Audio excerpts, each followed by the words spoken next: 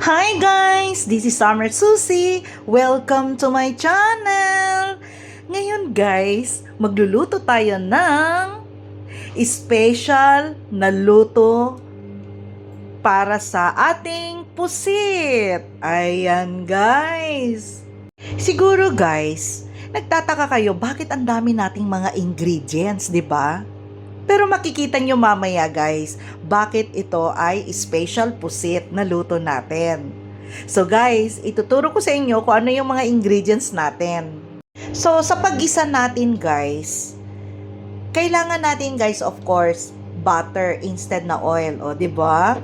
Tapos kailangan natin guys ng kamatis, bawang, konting luya lang, tapos sibuyas. Tapos guys, itong ating pusit.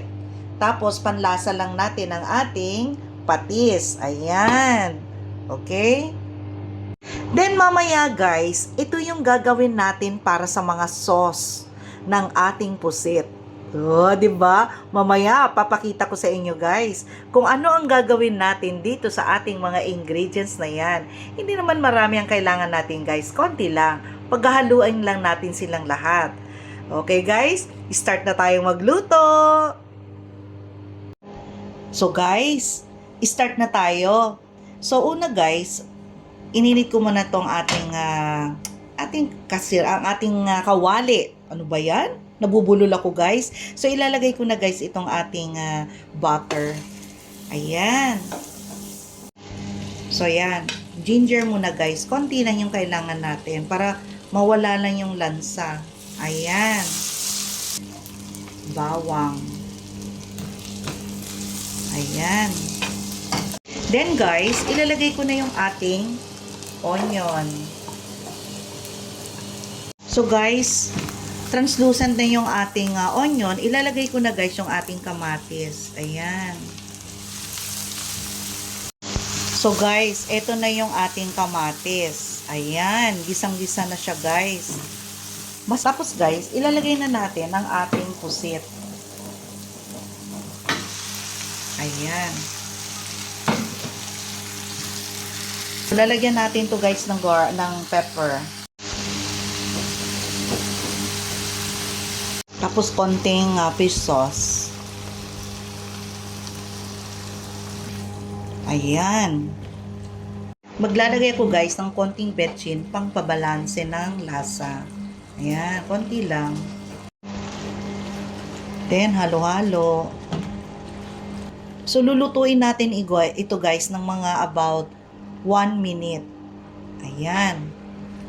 Tikman natin guys ha.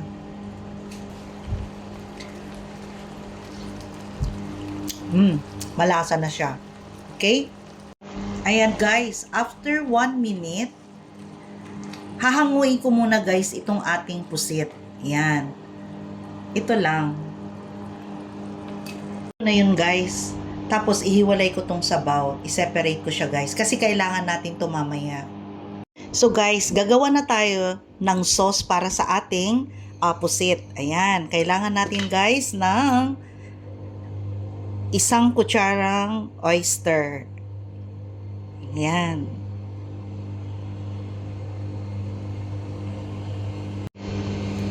Then, kaunting half teaspoon nitong ating honey. Then, ketchup, 1 kutsara. Then, maglalagay ako ng hot sauce. Then, soy sauce. Ito guys, soy sauce. Ang sugar. Ayan, kasi meron na tayong honey. And then guys, itong garlic ground, or kung meron kayong garlic powder, pwede din yun. Yan.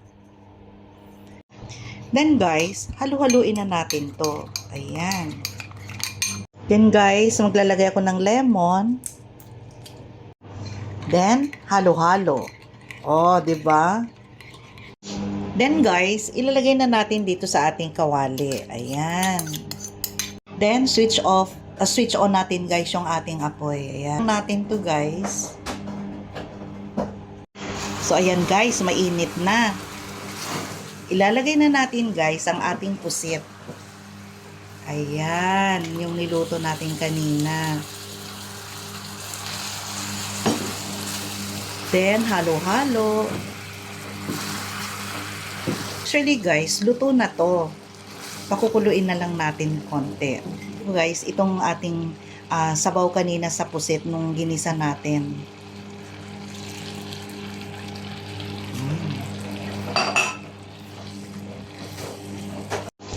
Yan guys, after 1 minute, eto na siya.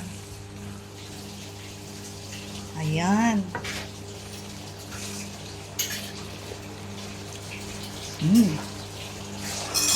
Sarap. Manamis-namis. Dagdagan ko ng konting alat pa guys. Patis. Ayan.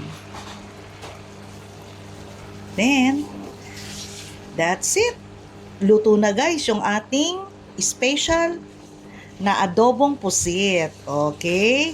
See you guys later. So guys, eto na yung ating adobong pusit special. So guys, gayahin nyo na to guys. Madali lang talaga siyang lutuin. Marami lang mga ingredients pero okay lang. Masarap naman.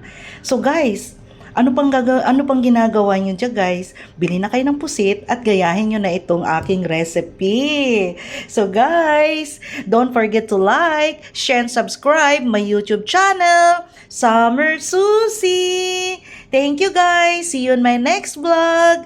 Bye!